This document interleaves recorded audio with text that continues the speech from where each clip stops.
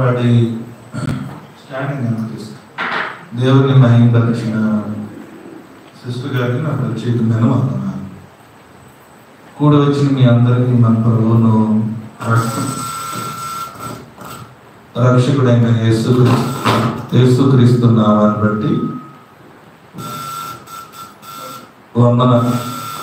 వందనాలు తెలియజేస్తున్నాను. ప్రియమైన దేవుని బిడ్డలారా, పిల్లలు బయట ఉన్న పిల్లలు అటు ఇటు తిరగొద్దు. ఖుషి, నువ్వు అటు ఇటు తిరుగుతున్నావు, చూస్తున్నా, తిరగబాకు. బయట పిల్లలు లక్కీ ఉంది, ఎక్కడ ఉన్నావా, కూర్చోమ్మా, అందరు తిరగండి. ప్రియమైన దేవుని బిడ్డలారా, ఈ కూడికను మేరీ గారి కుటుంబం ఏర్పాటు చేసుకున్నారు. దేవుడు మహాకృపను బట్టి ప్రతి సంవత్సరం కూడా కూడిక ఏర్పాటు చేసుకుంటూ ఉన్నారు. మరి మేరీ గారు చాలా బలహీనం అయిపోయారు. రాజు చనిపోయిన తర్వాత, జ్ఞానప్రకాష్ గారు చనిపోయిన తర్వాత చాలా బలహీనరాలు అయిపోయారు. అలాంటి పరిస్థితుల్లో కొన్నిసార్లు కూర్చోవడానికి బాగా ఎక్కువ నీరసం, షుగర్ లెవెల్స్ డౌన్ అయిపోవడం లేదా హై అవ్వడం, బీపీ విషయాల్లో కొంత బలహీనంగా ఉండడం జరుగుతుంది. అయినప్పటికీ దేవుడు తన అపారమైన కృప చూపించి ఆ బిడ్డని సజీవంగా జ్ఞాపకం చేసుకుని ఆరోగ్యము దయచేశాడు. అదేవిధంగా సహోదరి కోచి విషయంలో కూడా దేవుడు వివాహం విషయంలో జ్ఞాపకం చేసుకున్నాడు. వారి యజమానులు ఎస్ఐగా ఉండి రిటైర్ అయిపోయారు. మరి వారి కుటుంబం కూడా మరి దేవుని కృపను బట్టి బాగుంది. యాకోబ్ గారు సిఆర్డీలో పనిచేస్తూ, ఆయన సిఆర్పిఎఫ్లో పనిచేస్తూ రిటైర్ అయిపోయి ఇప్పుడు అక్కడ పరిచయం చేస్తూ ఉన్నారు. దేవుని కృపను బట్టి కోచింగ్ దేవుడు కొంతమంది బిడ్డలను దేవుడు అనుగ్రహించాడు. మరి వారి వివాహ విషయాల్లో, వారి బాధ్యతల్లో కూడా మనం ప్రార్థన చేద్దాం. ప్రియమైన దేవుని బిడ్డలు, మరి మేరీ గారు సాక్ష్యం చెప్పమంటే ఏం చెప్పమని అడిగినప్పుడు, ముఖ్యంగా పండుగ అసలు ఉద్యోగం రాదని చాలా మంది అనుకున్నారు పాస్టర్ గారు. మరి ఉద్యోగం రావడం అసంభవం అనుకున్న పరిస్థితుల్లో దేవుడు గొప్ప మేలు చేసి నా కుమారుడు దేవుడు ఇచ్చాడు, ఉద్యోగాన్ని ఇచ్చాడని చెప్పాడు. అదేవిధంగా దేవుడు తన బిడ్డల ద్వారా ఏం చేస్తాడు, సహాయము చేస్తాడు. మరి సత్యబాబు గారు పండుగ యొక్క ఉద్యోగ విషయంలో పూర్తిగా వారి యూనియన్తో మాట్లాడుకుని అన్ని విషయాల్లో వారే సహకరించడం జరిగింది. అయితే పండుగ తీసుకుని మేము వెళ్ళాలి. పండుగతో పాటు ఇంకా డొంకరాయి కొంతమంది కూడా ఒకళ్ళిద్దరు ఉన్నారు పండుగతో పాటు. ఆ ముందెళ్ళిన అబ్బాయికి ఉద్యోగం ఓకే అయిపోయింది. పండుగ తీసుకెళ్తున్నారు, పైకి తీసుకెళ్తున్నారు, మళ్ళీ కిందకి తీసుకెళ్తున్నారు, మళ్ళీ మాట్లాడుతున్నారు, విద్యుత్ సౌదాలు మళ్ళీ మాట్లాడుతూ ఉన్నారు. సత్యబాబు గారు ఏంటంటే, పాస్టర్ గారు మీరు రావాలి నాతో అంటే, నేను ఎందుకు రండి అంటే, కాదు మీరు కూడా రండి అంటే, నేను సూరజ్ పండు ఆ విద్యుత్ సౌదాల్లోకి వెళ్ళి అక్కడ కూర్చున్నాం అన్నమాట. సత్యబాబు గారు మళ్ళీ పైకి వెళ్ళొస్తారు, మాట్లాడుతూ ఉంటారు. పండుగ వెళ్ళొస్తారు. పండుగ ఏంటంటే మనిషి చాలా బలంగా కనపడతారు కానీ టెన్షన్ అనమాట, చెమటలు బాగా పట్టేస్తూ ఉంటాయి, అక్కడ వాళ్ళు అడుగుతూ ఉంటాయి. మాకంటే ముందు వెళ్ళిన అబ్బాయికి ఓకే అయిపోయింది. ఈ బిడ్డ పరిస్థితి ఏంటి, వచ్చిందా రాదా అని అనుకుంటున్నప్పుడు వేరే ఉద్దేశం కాదు, కానీ ముందు ఓకే అయిపోయిన అబ్బాయికే సమస్య వచ్చింది, కానీ పండుగ సమస్య కాదు. దేవునికి స్తోత్రం. ముందు ఇచ్చేసారనుకున్న అబ్బాయికే సమస్య వచ్చింది బాగా, కానీ పండుగకి సమస్య రాకుండా దేవుడు సహాయము చేశాడు. దేవుని బిడ్డ ఆ విషయంలో సహోదరులు సహకరించడం, దేవుడు కృప చూపించడం, దేవుడు చేయాల్సిన పని దేవుడు చేయడం, మానవులు చేయాల్సిన పని మానవులు చేయడం. పాస్టర్ గారు నేను ఎప్పుడు కూడా ప్రార్థన నేను పండుగ కోసం చేయలేదు, అంటే అంతగా ఇది కావాలని నేను చేయలేదు, కానీ దేవుడు మాత్రం విడిచిపెట్టకుండా సహాయము చేశాడు అని చక్కని సాక్ష్యాన్ని తెలియజేయడం జరిగింది. మరి రాజు సంగతి మనకు తెలుసు. ప్రియమైన దేవుని బిడ్డలారా, ఏదో ఒక సంఘటనలో రాజు మనకు గుర్తు వస్తూనే ఉంటాడు. ఏదో ఒక సంఘటనలో మరి మందిరంతో చాలా ఉండేవాడు, పాపం ప్రత్యేకంగా అందరినీ ప్రేమించేవాడు, సేవకుడు అందుకని ఎంతో ప్రేమించేవాడు. మరి ఇంచుమించుగా 5-6 సంవత్సరాలు ఆ యవనస్తుడిని మనం కోల్పోయి ఉన్నాం. కానీ అంటే ఎవరైనా కొన్ని దినాల తర్వాత మరుగుపరచబడతాం. మా ఇంట్లో కూడా మా అన్నయ్య చనిపోయాడు, మా అమ్మగారు కూడా మర్చిపోయింది. మా అన్నయ్య నాకు మా పెద్దానికి మధ్యలో ఉన్న అన్నయ్య ఇమానుయేల్ అని అనుకోడు, అన్నయ్య చనిపోయాడు, చాలా జనాలు జ్ఞాపకం ఉంది, కొద్దిగా మర్చిపోయాడు, మర్చిపడ్డాను. కానీ పొద్దున్న మాట్లాడుతుంటే మేరీ గారు అంటే ఏదో ఒక రోజు నాకు ప్రతిరోజు కూడా ఏదో టైంలో రాజు గుర్తొస్తాడు పాస్ గారు అని చెప్తుంది. కన్నతల్లి యొక్క ప్రేమ కుమారులు ఏం చేయలేదు, మర్చిపోయినట్టు చేయలేదు, గుర్తుకొస్తూ ఉంటారు. కొన్ని సంఘటనలో మేము సూరజ్ సంఘర్షణ ద్వారా మాట్లాడుకుంటా అలా రాజును జ్ఞాపకం చేసుకుంటాం. ఎందుకంటే ప్రతి సండే బిర్యానీ ఉండేవాళ్ళం కాదు మేము. రాజు ఇంటికాడికి వెళ్ళి బిర్యానీ తీసుకొచ్చేస్తాం. ఇంటికాడికి ప్రతి సండే బిర్యానీ తీసుకొచ్చేస్తా ఉన్నాడు. బుద్ధిగా అంటే తీసుకొచ్చేది అన్నయ్య, మళ్ళీ నాకు ఇచ్చిన తర్వాత నేను క్యారేజ్ ఇచ్చేస్తాను. మా పెద్దమ్మ అంటే రాజన్న మంచిదంటే ఎందుకమ్మంటే బిర్యానీ తింటే ఇలా చెప్తూ ఉండేది అనమాట. అంత ప్రేమగా చూసేవాడు. మధ్యరాత్రుల పండుగ కూడా దేవుని కృపను బట్టి ప్రేమ కలిగి ప్రతి విషయాల్లో ఉంటాడు. మరి ముఖ్యంగా రాణి వారి యొక్క సహోదరుడి యొక్క కుమార్తెను మరి వారి గృహంలోనే ఉంటుంది. పెద్ద వయసులో అంటే పెద్ద వయసు అంటే శరీర బలహీనతను బట్టి బలహీనపరచబడినప్పుడు చాలా విషయాల్లో తను చదివిస్తూ ఉంది. అంతగా నా బిడ్డ కూడా సహకరిస్తూ రాణి కూడా సహకారంగా ఉంటుంది. పండుగ ఏం చేయాలంటే పాస్టర్ గారి వివాహం మంచి సంబంధం ఉంటే చూడాలి. పాస్టర్ గారు అంటే ఆయన నేను కూడా చూడాలి, అని నేను కూడా ఇలా చూస్తూ ఉండాలన్నమాట. మరి దేవుడు మంచి సంబంధం ఇచ్చేలాగా రక్షించబడాలి, బాప్తిస్మం తీసుకోవాలి, దేవునితో పరిపూర్ణంగా ఉండాలి. ఉద్యోగ పరిస్థితులు, యవన జీవితం, చిన్న చిన్న సమస్యలు, శోధనలు యవన జీవితంలో ఉంటా ఉంటే తను దేవుడు పరిపూర్ణంగా నడిపించేలాగున ఆ బిడ్డ కోసం కూడా మనం ప్రార్థన చేద్దాం. దేవుడు సహాయము చేయాలి. కొద్ది మాటలు దేవుడు మన వెనుకల్లో ఫలించి ఆశీర్వదించును గాక. ఎంతగానో కానుక విషయాల్లో పాస్టర్ గారికి రకరకాల మాకు పరిచయంలో ఎంతగానో వారు సహకరిస్తూ ఉంటారు. వారికి నా ప్రత్యేకమైన వందనాలు. మనం దేవునికి వాక్యాన్ని ధ్యానం చేసుకుందాం. మత్తయి రాసినటువంటి సువార్త ప్రియమైన దేవుని బిడ్డలారా, 5వ అధ్యాయము. నేను దినాన్ని మనం ధ్యానించిన అంశం మీ అందరికి గుర్తుందని నేను అనుకుంటున్నాను.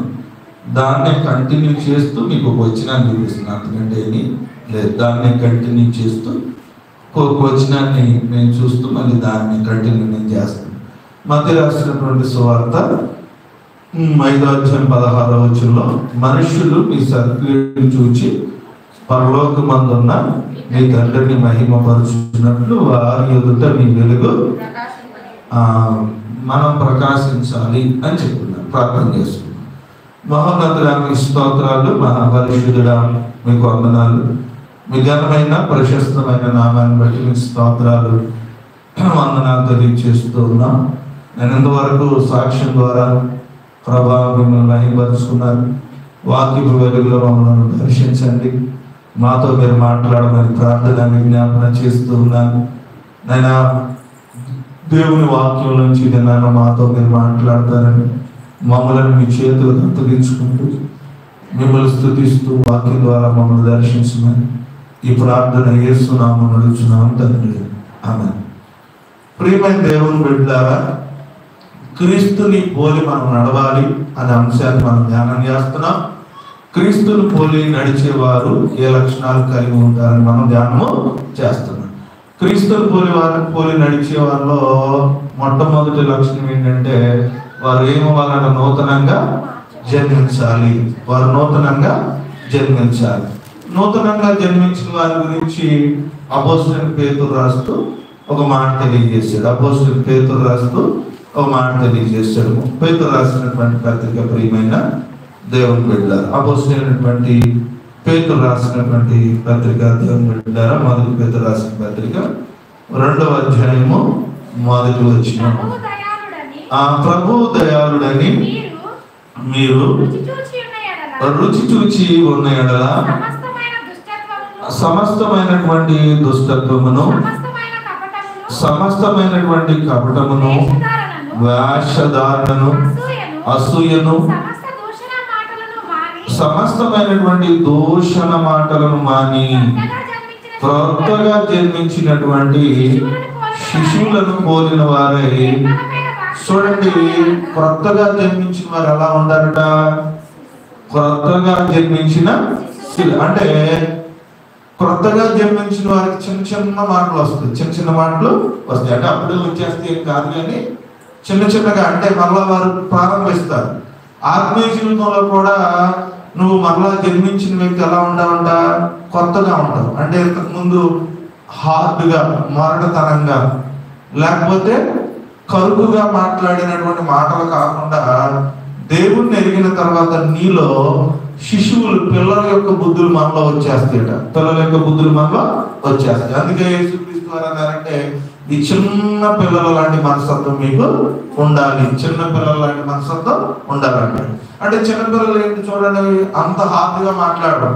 ఇప్పుడు కొన్ని సర్వేలో రాయబడుతున్న ఏంటంటే ఓటీటీ, అంటే ఓటీటీలో వస్తున్నటువంటి వాటిలో కానీ షార్ట్స్ ఎక్కువగా చూడడం వల్ల, యూట్యూబ్లో అంటే అన్ని షార్ట్స్ దేవుని ఉంటే మంచిగా ఉంటే ఎక్కువగా చూడడం వల్ల, వెబ్ సిరీస్లని ఎక్కువగా చూడడం వల్ల పిల్లలాగా మాట్లాడతారు. ఎలా మాట్లాడుతున్నారు?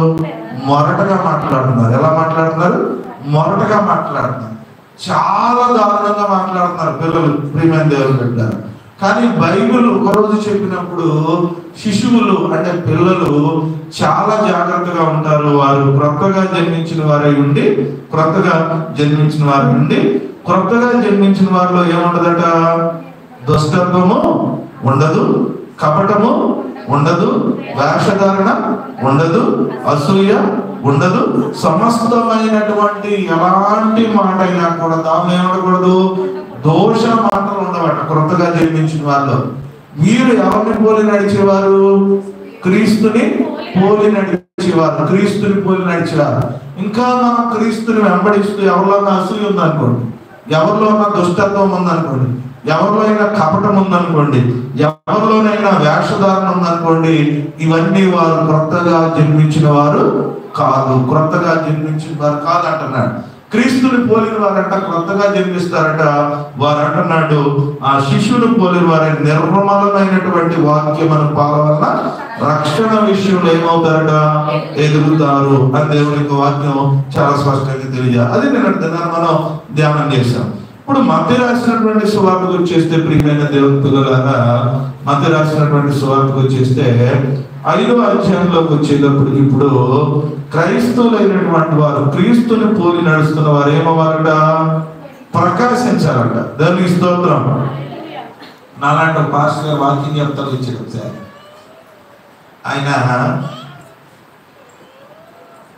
ఆయన చెప్తూ అంటే చాలా బ్రైట్గా ఉంటాను నేను చెప్పాడు. ఆయన ఏమన్నాడంటే, నేను చాలా బ్రైట్గా ఉంటానని చెప్పాడు. అంటే నేను చాలా నిజంగా ఆయన అంత లేడు కాబట్టి చెప్పాడు పాపం. ఆయన అంతకని ఆయన చాలా బ్రైట్ అంటే ప్రకాశిస్తా, లేకపోతే చాలా ఫోకస్గా ఉందా అనే మాట చెప్పాడు. మీరు క్రైస్తవ జీవితంలో ప్రకాశించడం అంటే మీరు చాలాసార్లు గమనిస్తే పరిస్థితులు మారిపోతా ఉన్నాయి. ఒకసారి వివాహంలో ఒక ఆవిడ ఒక చోట అంట ఆవిడ ఫోటో పంపించిందంట. ఫోటో పంపిస్తే వివాహం చేసుకునేంత వరకు ఆవిడ ఏ రకంగా గుర్తించలేకపోయారట. వివాహం అయిన తర్వాత ఆవిడ ఇంట్లో ఉంటేనే ఎవరో నా ఇంట్లోకి వచ్చేసారు అనుకుంటున్నాడంట.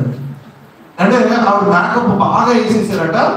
వివాహం అయిన 2వ రోజు ఆవిడ వాష్ చేసుకుంటే ఇంట్లో చూడగానే ఎవరో నా ఇంట్లోకి వచ్చేసారు, ఈవిడ స్వతంత్రంగా తిరుగుతుంది అనుకున్నాడట. తర్వాత ఆవిడ వయసు బయటపడిందంట 45 సంవత్సరాలు. అంటే వివాహము అంటే మనిషి మోసం చేసి, లేకపోతే ఇప్పుడు ఉన్నటువంటి విధానాలను వాడి తను యవనస్తురాలు అని చెప్పి లేకపోతే మోసం చేసో తను వివాహం చేసుకుంది. అంటే మానవ జీవితంలో ప్రకాశించడం అని అంటే చాలా మంది మీరు గమనిస్తా ఉన్నప్పుడు మనుషులు చక్కగా కనబడడం కోసం, పురుషుడైనా స్త్రీ అయినా కూడా చక్కగా కనబడడం కోసం వారు ఈ విధ ప్రయత్నాలు చేస్తూ ఉంటారు. కానీ క్రైస్తవుడు వచ్చేటప్పుడు చేయాల్సిన ప్రయత్నం ఏంటి అని అంటే, మీరు వారి దగ్గర ఏం చేయాలి? ప్రకాశించాలి. వారి దగ్గర మీరు ఏం చేయాలి? ప్రకాశించాలి. అంటే వారి దగ్గర ప్రకాశించాలి. ఎలా ప్రకాశించబడతాం మనం? అక్కడ రాశాడు, మనుషులు అంటే బైబిల్ చాలా జాగ్రత్తగా గమనించాలి. మీరు మనుషులకు కనబడవాలని మీరు చేయకూడదు అన్నాడు. మనుషులు కనబడకూడదని మీరు ఆ బ్యాచ్ ఉంటుంది. మనుషులు కనబడే వరకే చేసేవాళ్ళు కొంతమంది ఉంటారు, మనుషులకు కనబడేవారు కొంతమంది చేసేవారు ఉంటారు. ఈరోజు చాలా వరకు సోషల్ మీడియాలో అందరి గురించి మనం అనగానే ఒక నలుగురు భోజనాలు పెట్టారనుకోండి, నలుగురికి చీరలు ఇచ్చారనుకోండి, లేదా పేదవారికి రోడ్డు మీద ఉన్నవారికి పెట్టారనుకోండి, దాన్ని పబ్లిక్ గా చూపించే పరిస్థితి ఏమైపోయింది, ఈ మధ్యన ఎక్కువైపోయింది. అంటే ఇచ్చినటువంటి కొద్ది దాన్ని కూడా ఎక్కువగా చూపించేది ఎక్కువగా ఉంది. కానీ మనుషులు ముందు మనం సక్రియలు చేస్తూ ఉంటాం, వారు చూడాలని మనం చేయం. కానీ వారు అనుకోకుండా మనం చూసిన సక్రియలు చూసి ఎవరు మహిమపరచాలి? మనం మనుషులు చూడాలని చేయం, మనం చేసుకుంటూ వెళ్ళిపోతే మనం ఎవరు చూస్తారు? మనుషులే చూస్తారు. మన మనుషులే చూస్తారు. చూసినప్పుడు మనుషులు మనం అబ్జర్వ్ చేసినప్పుడు పరలోకమందు తండ్రి మీ తండ్రి మహిమపరచునట్లు వారి ఎదుట మీరు వెలుగు ప్రకాశింపనీయండి. అంటే కొంతమంది మాటలు ఎలా ఉంటాయట, తీయగా ఉంటాయి. కొన్నిసార్లు మాటలు ఎలా ఉంటాయి, తీయగా. ఎంత ప్రేమ చూపిస్తారంటే, అందుకే బైబిల్ చెబుతుంది క్రియలు లేని మాటలు వ్యర్థం అని చెప్తుంది బైబిల్ గ్రంథం. అంటే మనం క్రియలు లేనటువంటి జీవితం కాదు మనం ప్రకాశించడం అంటే. క్రియలు కలిగినటువంటి జీవితాన్ని లోకంలో మనం చూడాలి. క్రీస్తుని పోలి నడుస్తున్న వారు ప్రకాశించడం అంటే మన క్రియలు ప్రకాశించడం వల్ల వారు చూసి ఎవరిని మహిమపరుస్తారట, మీరు దేవుని నమ్ముకున్నారు కాబట్టి, మీరు దేవుని నమ్ముకున్నారు కాబట్టి దేవుని ఏం చేస్తారంటే మీరు మహిమపరుస్తారు. వారు చేసిన క్రియలను బట్టి నీకు ఒక సింపుల్ విషయం చెప్తాను. ఆ ఆత్మీయ తండ్రి గారి దగ్గర ఒక వెధవరాలు ఉంది. అంటే ఓల్డ్ ఏజ్ హోమ్ లో ఉంది. ఎవరు చూడపోవడం మరి ఎలా వచ్చిందో పాప అక్కడికి వచ్చేసింది. ఆవిడ ఇంచుమించుగా ఇప్పుడు 4,000 రూపాయలు, అంతకుముందు 2,000 రూపాయలు ఆవిడకి ఇస్తారు. సింగయ్య గారి దగ్గర తీసుకొచ్చి పడతా ఎంతమంది ఉన్నా కూడా ఆ పాస్టర్ గారికి వచ్చి ఆ డబ్బులు ఎత్తుకొచ్చి ఇచ్చేసి, సింగయ్య గారు అంటాడు, ఆ పాస్టర్ గారు కూడా అంటాడు, కొద్దిగా కొనుక్కోవచ్చుగా, తినొచ్చు కదా, లేకపోతే కొద్దిగా నువ్వు టీ ఉంచుకోవచ్చు కదా అని చెప్తారు. చేత ఇంకెందుకు అన్ని ఆయన చూస్తున్నాడు, నన్ను టీ ఎత్తున్నాడు, భోజనం పెడుతున్నాడు, నాకు అన్నీ చూస్తున్నాడు, నాకు అవసరం అయ్యగారికి ఇచ్చేది అని చెప్పి దేవుడికి స్తోత్రం. ఎందుకు ఆయన్ని మహిమపరుస్తుంది? నా అవసరతలన్నీ కూడా ఎవరు తీరుస్తున్నారు? అయ్యగారు తీరుస్తున్నప్పుడు ఇది నాకు అవసరం లేదు, ఇది నాకెందుకు, దానికోసమే కదా ఇది నాకు అవసరం లేదు. అంటే ఒక మనిషిని మరొక మనిషిని గుర్తు చేసుకొని ఎవరు మహిమపరచాలి? మనం దేవుని మహిమపరచాలి. అందుకనే మనం క్రియలు కలిగినవి లోకానికి మనం ఏం చేయాలి? చూపించాలి. అంటే మనం ఈ లోకంలో ఏదైనా చూపించడానికి గురించి కాకుండా క్రియలు కలిగిన సత్క్రియలు మనం చూస్తారట, మనుషులు మనం అబ్జర్వ్ చేస్తారట, మనుషులు మనం గమనిస్తారట. మనము పబ్లిక్ లో కానీ కుటుంబంలో కానీ ఎక్కడన్నా మనం గమనిస్తున్నప్పుడు మనుషులు సత్క్రియలు చూడటం వల్ల మన దేవుని మహిమపరచడం కానీ దేవుని అవమానపరచడం కానీ ఏమైంది జరిగింది. రెండో మాట చెప్పాడు, మిమ్మల్ని బట్టి అన్యజనుల్లో నా నామం ఏమవుతుంది అంటే నిన్ను బట్టి మహిమపరచడానికి అయితే నువ్వే కారణం అవుతావు. ఇప్పుడు నేను పాడుతున్నాను, నిన్న కలిసి పాడిన అనొచ్చు, నేను మిమ్మల్ని అందరినీ కల్పించి నేను పాడేయచ్చు. దాని వల్ల దేవుని మహిమపరిచినట్టు కాదట. మనం చేసే సత్క్రియల వల్ల నేను ఎవరికైనా సహాయం చేస్తేనో, కష్టంలో ఉండేవారిని గమనిస్తేనో, మంచి పని చేస్తేనో, కీడులో పరామర్శిస్తేనో, దుఃఖంలో పరామర్శిస్తేనో, సమస్యలో సహకరిస్తేనో ఎవరు మహిమపరుస్తారట? దేవుణ్ణి మహిమపరుస్తారు. అందుకే బైబిల్ ఏం చెప్తుందంటే, మనుషులు మీ సత్క్రియలు చూచి దేవుని నువ్వు మహిమపరచమని చెప్పవసరంలా, వాడు ఎవరు మహిమపరచాలి? దేవుణ్ణి మహిమపరచాలి. ఎందుకంటే దేవుణ్ణి ఎరిగిన మనసు కాబట్టి ఈయన ఏం చేశాడు? మాకు సహాయము చేశాడు, లేదా మాకు సహకారము అందించాడు. మొదటి పేతురు రాసిన పత్రికలో 2వ అధ్యాయంలో ప్రియమైన దేవుని బిడ్డలారా, 2వ అధ్యాయంలో 12వ వచనంలో బైబిల్ చెప్తున్న మాట, మొదటి పేతురు 2వ అధ్యాయం నేను చదువుతున్నాను చూడండి. అన్యజనులు మిమ్మల్ని ఏ విషయములలో దుర్మార్గులని, ఏమంటే అన్యజనులు మిమ్మల్ని ఏ విషయంలోనైనా ఏమని అంటారట? మీకు ఒక మాట ఆ కోణంలోనే చూసుకుంది. ఎవరిని విడిచిపెట్టలేదు సమాజం? యేసు క్రీస్తు వారిని కూడా విడిచి పెట్టలేదు. కాబట్టి అన్యజనులు అంటే ఎవరు? దేవుణ్ణి ఎరగని వారు. తర్వాత అన్యజనులు ఏ ఏ విషయాల్లో మిమ్మల్ని దుర్మార్గులని దూషిస్తారో ఆ విషయంలోనూ వారిని సత్క్రియలను, అంటే ఇప్పుడు తెలవని వాళ్ళు మిమ్మల్ని ఎవరన్నా తిట్టొచ్చు, కానీ మీ మంచి క్రియలు చూశారనుకోండి వాళ్ళకి ఏమైపోద్ది, మనని తెలియని వాళ్ళు ఏమవచ్చు తిట్టొచ్చు, దుర్మార్గులు మనని తిట్టొచ్చు. కానీ మన క్రియలు చూసిన తర్వాత, మన సత్క్రియలు చూసిన తర్వాత వాళ్ళ మనసు మార్చుకుంటారా లేదా? మనసు అంటే మొదటిగా మనం అపార్థం చేసుకుంటారు కొంతమంది మనల్ని, కానీ మన మంచి క్రియలు చూసినప్పుడట లేదు లేదు నేనేం చేశాను, తప్పు చేశామనే ఆలోచనలోకి వస్తారట. తర్వాత ఏమంటారంటే వాటిని బట్టి దర్శన దినమున దేవుని మహిమపరచునట్లు, వాటిని బట్టి ఏంటంటే దర్శనం అంటే సత్క్రియలు మీరు చేసి మీరు అన్యజనులు దూషించిన తర్వాత దేవుడు ఎప్పుడు ఏం చేస్తారట? దర్శన దినము అంటే ఏంటో తెలుసా? దేవుడు నిన్ను దీవించిన దినము.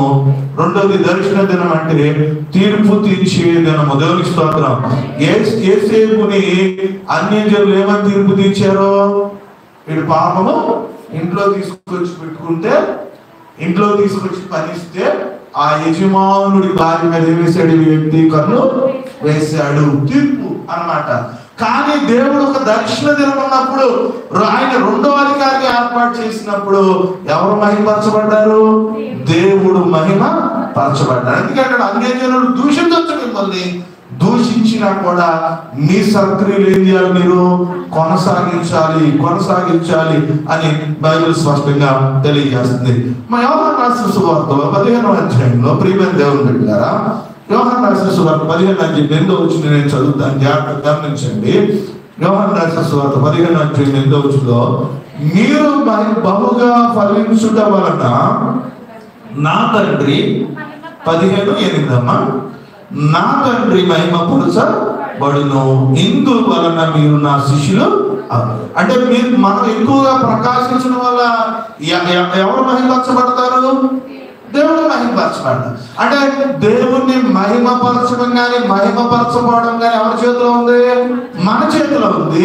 కాబట్టి అన్యజనులు నిన్ను గమనిస్తున్నప్పుడు చాలా సార్లు చాలా మంది 190 మంది మాట్లాడే మాట ఏంటో తెలుసా? నన్ను ఎవరంటే మాకేంటి, నన్ను ఎవరంటే మాకేంటి, అసలు వాళ్ళు నన్ను అంటాకి ఏంటి? బైబిల్ చెబుతుంది ప్రియమైన దేవుని బిడ్డలారా, అతను ఎలాంటి వ్యక్తి, ఆవిడ ఎలాంటి వ్యక్తి అనేది బైబిల్ క్వశ్చన్ చేయట్లేదు. నువ్వు ఎలా ఉండాలని బైబిల్ చెబుతుంది. దేవుని స్తోత్రం. నువ్వు ఎలా ఉండాలని బైబిల్ చెప్తుంది. ఎందుకో నేను నీ తండ్రిని, నా రక్తం ఇచ్చి నిన్ను కొన్నాను, నా రక్తం ఇచ్చి కొన్నాను. నేను నిరంతరము నీ మార్పు కోసం, లేదా నీ దీవెన కోసం నేను ప్రయత్నం చేస్తున్నప్పుడు అన్యజనుల్లో నన్ను ఘనతకు తీసుకురావాలి అని అంటే నువ్వు సత్క్రియలు చేసి ఉండాలి. దేవునికి స్తోత్రం. దేవుణ్ణి ఎరిగిన వారు ఈ లోకంలో ఏం చేయాలి? మంచి క్రియలు చేయాలి. మనుషులు చూస్తారంట, వారు చూసినా చూడకపోయినా మన పని మనం చేసుకుంటూ వెళ్ళిపోవాలి. దానివల్ల ఎవరికి మహిమ రావాలంట?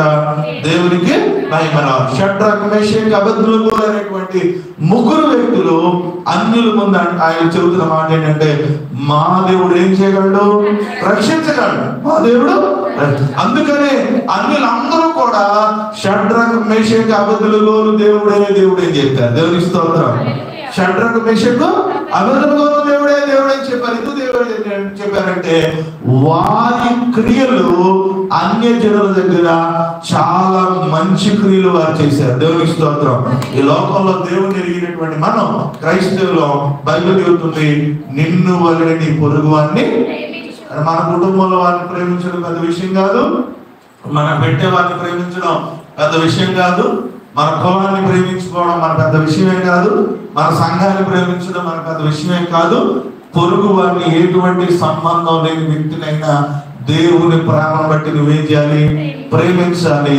కష్టంలో, సమస్యల్లో ఏం చేయాలి? సహాయము చెయ్యాలి. దేవుని స్తోత్రం. అందుకే చెప్తుంది మీరు సత్క్రియలు చేయాలి, మంచి క్రియలు మీరు చేయాలి అని బైబిల్ మనకి చాలా స్పష్టంగా తెలియజేస్తుంది. దేవుని బిడ్డ ఇంకొక మాటను చూద్దాం. బైబిల్ గ్రంథం దేవునికి వాక్యంలో మనకు తెలియజేస్తా ఉంది. ఫిలిప్పీయులకు రాసిన పత్రిక 2:15 అయిన తర్వాత 2 బయటకు వెళ్ళిపోదాం. మీరే చదవండి. ఎవరైనా సత్క్రియలు చేసే వాళ్ళు ఏమనకూడదంట? అమ్మా 2:15 సిస్టర్ గారు ఫిలిప్పు చదువమ్మా.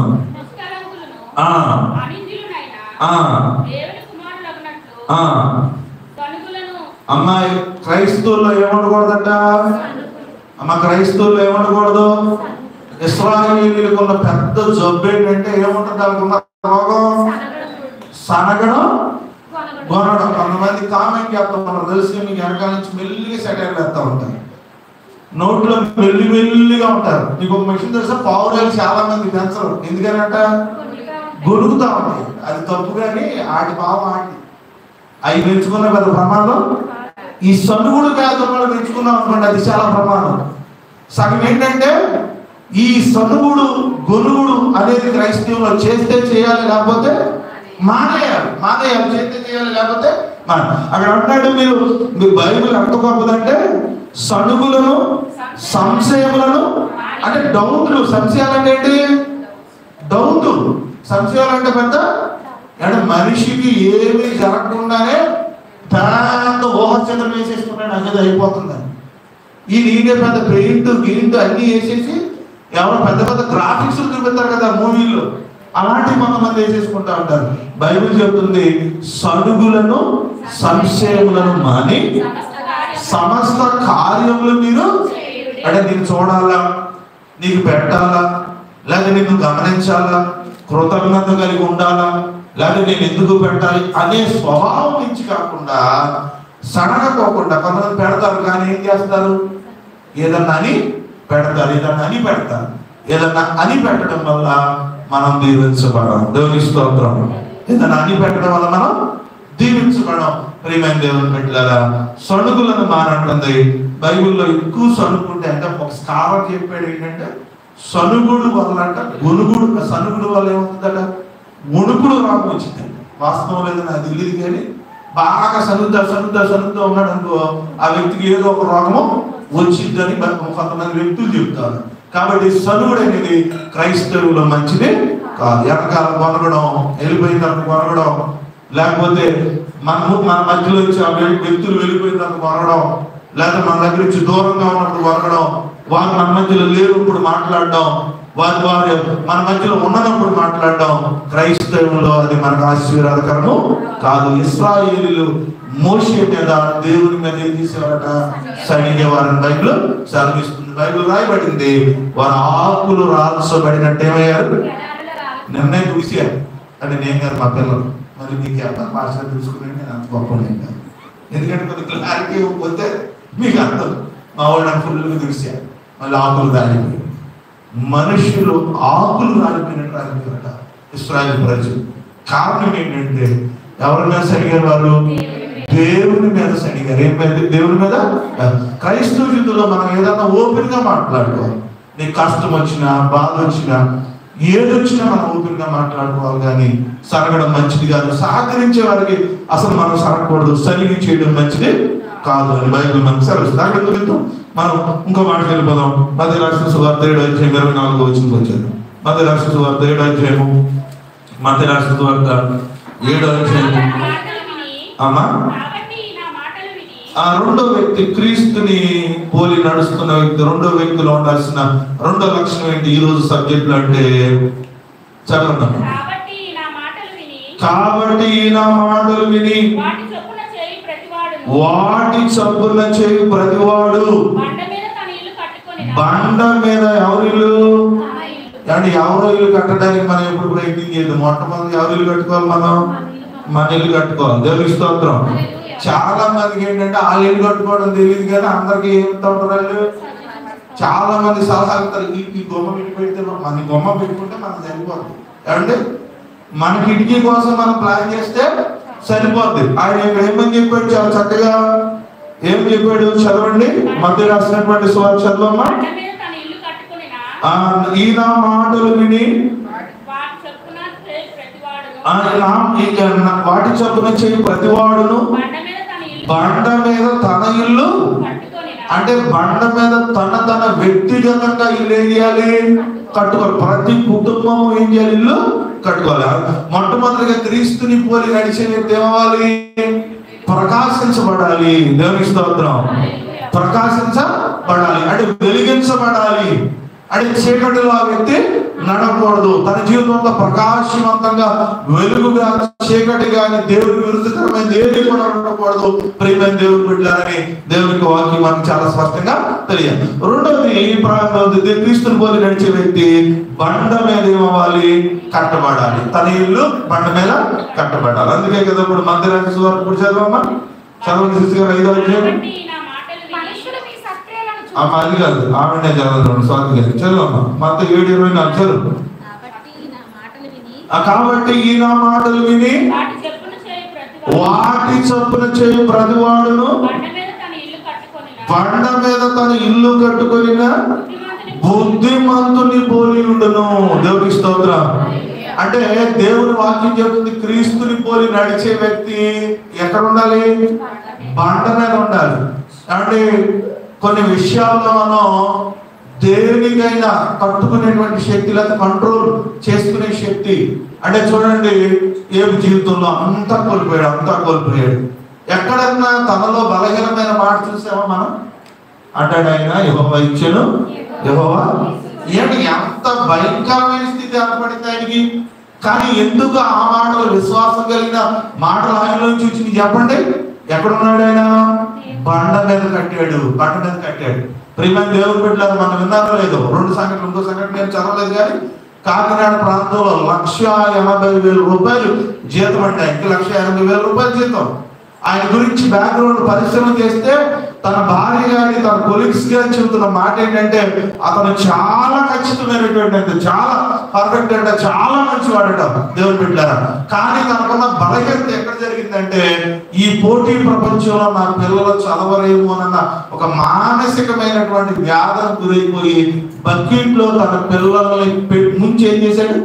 చంపేశాడు. ఏంటో తెలుసా? బలహీనత. చాలా మంచివాడు, ఉపయోగం ఏముంది? ఏమంటే చదవకపోతే వ్యాపారాలు చేయలేరా పిల్లలు? చదవకపోతే దేవుడు వారిని పోషించడా? అంటే ఏమైనా ఉద్యోగం చేస్తేనేనా ఇంకోటి? లేకపోతే పెద్ద మనం అనుకుంటేనా? మీకు మాట చూస్తున్నాను, ఉద్యోగంలో 1,00,000 రూపాయలు రావచ్చు కానీ వ్యాపారంలో 4 లక్షలు వచ్చు. దేవునికి స్తోత్రం. అంటే దేవుడు ఎవరినైనా ఎలాగైనా దీవిస్తాడు. ఎవరిని దీవిస్తాడు అంటే, బైబిల్ చెబుతున్న మాట ఏంటంటే, నువ్వు అనుకున్నది జరగలేదన్న అనాలోచనకు వెళ్ళకూడదు. ఎక్కడ కట్టబడాలి? నువ్వు బండ మీద ఇల్లు. ఆ 1,80,000 నీకు నాకు వస్తే రాను, వాళ్ళకి వచ్చిన వాళ్ళకి వద్దులేండి. నేను అనుకుంటా 1,00,000 వస్తే చేయాలి అంటే, ఒక 40 పెద్దలకు, ఒక 40 ఆగి వాడి మాస్టర్ గారు 20 రూపాయలు కూడా తీసుకునేవాడు. 40 పెద్దదానికి, 40 చిన్నదానికి. ఏం చదవకపోయినా కూడా నేను ఇంకా చదవద్దు, ఎందుకు ఉన్నాయి కదా, ఏం చేసుకుంటాం? ఆ 40 దాచాను అనుకోండి, ఇద్దరు కలిగి వెళ్ళిపోతారు, పంపించేస్తారు. దేవునికి స్తోత్రం. ఏం భయపడాల్సిన అవసరం లేదు. 1,80,000 రూపాయలు జీతం ఇస్తే దేవుడు పిల్లలు పెంచడంలో చక్కని మగపిల్లలు లేక కొంతమంది బాధపడతా ఉంటుంటే, పోటీ ప్రపంచం అని చెప్పి బలహీనమైపోవడానికి కారణం ఏంటంటే, వారు బండ మీద కట్టబడాలి. వారు ఏం కట్టబడాలి? మంచి ఇల్లు ఇచ్చాడట దేవుడు, వారికి మంచి ఇల్లు ఇచ్చాడు, మంచి వ్యక్తే.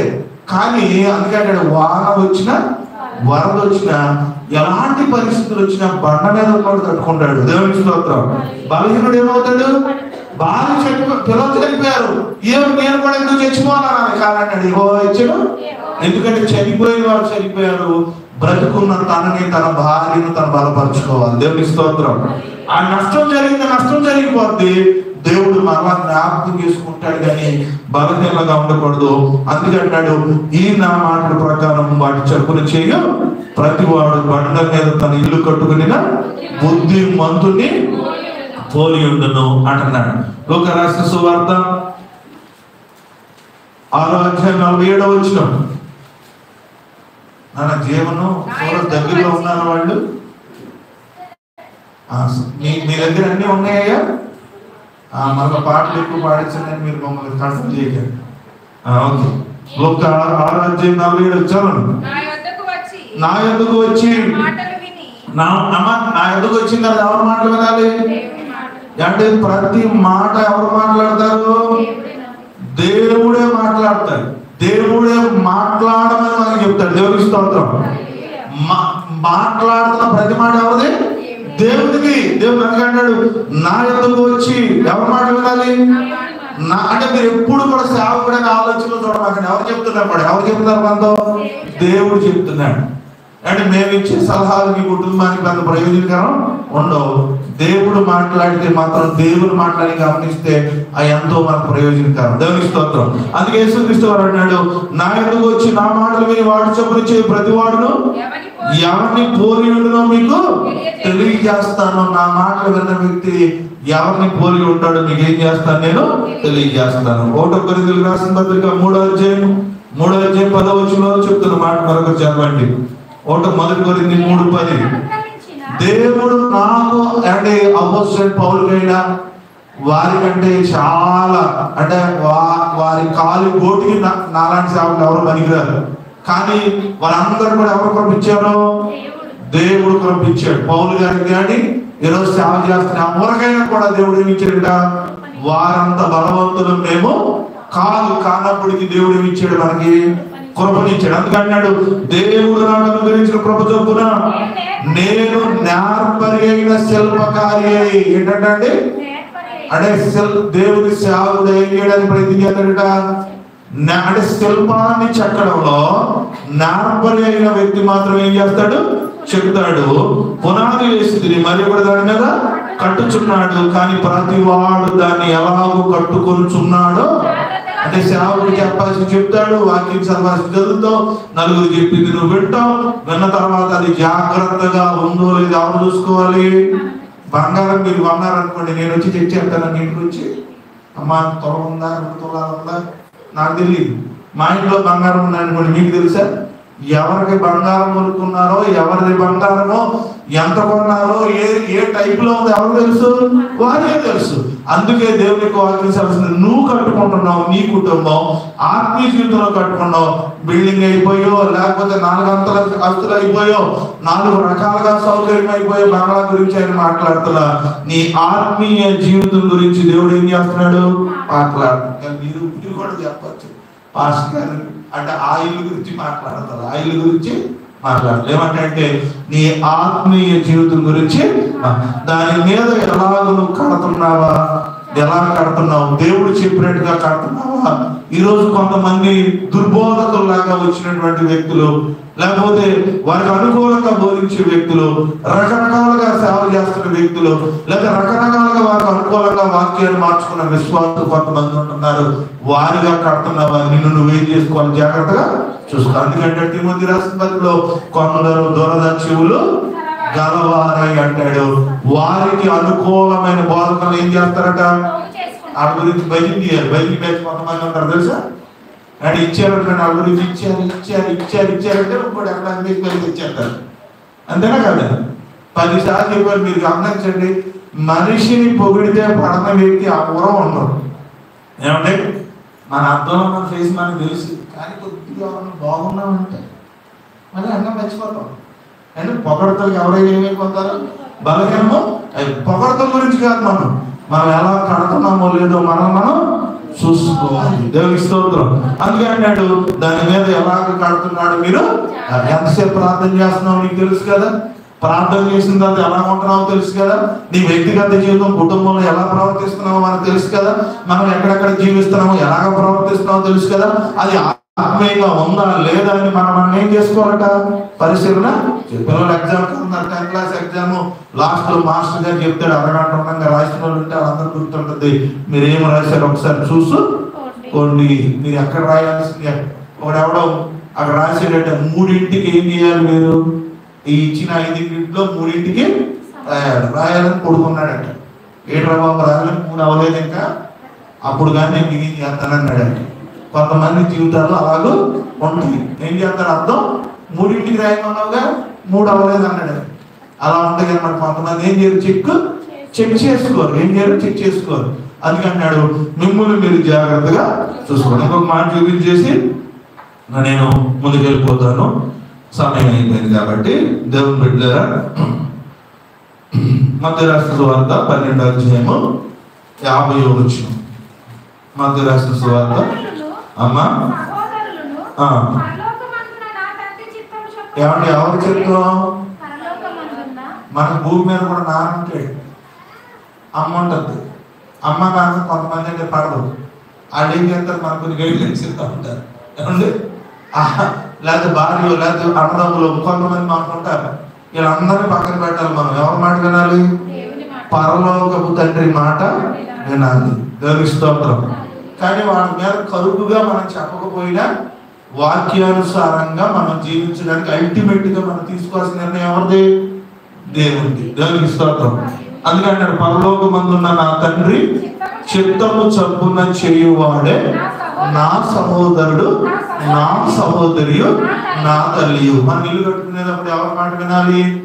దేవుని మాట వినాలి. క్రీస్తుని పోలి నడిచేవారు ఆయన మాటలుగా గృహము కట్టుకుంటారు. అందుకంటాడు సహోదరులు ఐక్యత కలిగి నివసించుట ఎంత మేలు. అంటే కుటుంబంలో ఐక్యతను వెతికేవారు, కుటుంబంలో సమాధానాన్ని వెతికేవారు, కుటుంబంలో సంతోషాన్ని వెతికేవారు, కుటుంబంలో ప్రేమను వెతికేవారు, కుటుంబము ఆతిథ్యం ఇచ్చే కుటుంబంగా ఉండేవారు, లేకపోతే కుటుంబము ఆప్యాయత లేకపోతే ఆ కుటుంబానికి ఆహ్వానించేటువంటి స్థితిలో ఉన్నవారు. ఆ వారు బండ మీద ఇల్లు కట్టినటువంటి వారు. దేవుని స్తోత్రం. అందుకే బైబిల్ చెబుతుంది క్రీస్తుని పోలి నడిచే వారిలో మొట్టమొదటి ఏమనాలి? ప్రకాశవంతమైన జీవితం. ప్రకాశవంతమైన జీవితం. రెండో మాట ఏమంటాడంటే బండ మీద ఇల్లు కట్టు చూసుకుందాం, ప్రార్థన చేసుకుందాం. ఇది క్రీస్తుని పోలి నడుస్తున్నాం, ప్రకాశిస్తున్నామా? బండ మీద మనం కట్టుకుంటున్నామా లేదా? మనం పరిశీలన చేసుకున్నాం. జోష్ అంటున్నాడు, ఎదురు ఎవరొకరు ప్యాక్స్ కొట్టేటప్పుడు వాళ్ళు పంచుకుంటారా? నువ్వు కూర్చున్నా కంగారు. ప్రార్థన చేసుకుందాం. పాల్ మాస్టర్ గారు ప్యాకెట్లు పంచేదో పాల్ మాస్టర్ గారు అంటే పాడతారు. ప్రార్థన చేసుకున్నాం, తల పంచుకున్నాం. మహోన్నతురానికి స్తోత్రాలు, మహాపరిశుద్ధురానికి వందనాలు. నిఘనమైన ప్రశస్తమైన నామానికి స్తోత్రాలు తెలియజేస్తాం. మిమ్మల్ని పోలి నడిచే వారిలో ఉండేది ఇంకొన్ని 2 లక్షణాలు ఇదేనాన్ని చూస్తే నేను ప్రకాశించాలి. లోకానుసారమైన ప్రకాశం కాకుండా ఆధ్యాత్మికమైన పరిశుద్ధాత్మ ప్రకాశాన్ని, దేవుని వెలిగిన వారి ప్రకాశవంతమైన జీవితం చీకటిలో ఉండకుండా వారి బ్రతుకులు వెలుగుగాను, తేటగాను, పరిశుద్ధంగాను, పవిత్రంగాను, దైవిక స్వభావం కలిగినటువంటి ప్రకాశవంతమైన జీవితాలు మాలో ఉండేలాగా మీరు సహాయం చేయమని. చీకటి అనేది మాకు అంటుకోకుండా మా జీవితాల్లో ప్రభా ప్రకాశాన్ని తగ్గించే స్వభావాలు, లక్షణాలు అక్కడ సహాయం చెప్పాలి. రెండోది క్రీస్తుని పోలి నడిచేవాళ్ళు ఉన్న రెండో లక్షణం ఏంటి అని అంటే ప్రభా వారు బండ మీద ఇల్లు. మీ మాటల ప్రకారంగా మా కుటుంబాలు, మా ఆత్మీయ జీవితం, ప్రార్థనా జీవితం, సమాధానకరమైన జీవితం, నేను మా కుటుంబాలు ఆతిథ్యం ఇచ్చే జీవితం, నేను లోబడే జీవితం, ఐక్యత, సమాధానం, ఆరాధన మా కుటుంబాల్లో వచ్చి కనబడేలాగా బండ మీద కట్టుకునే సహాయం చేయడం. ఈ పోలికలు కలిగి మేము జీవించడం కృప చూపించమని ఆయన మాతో మాట్లాడు.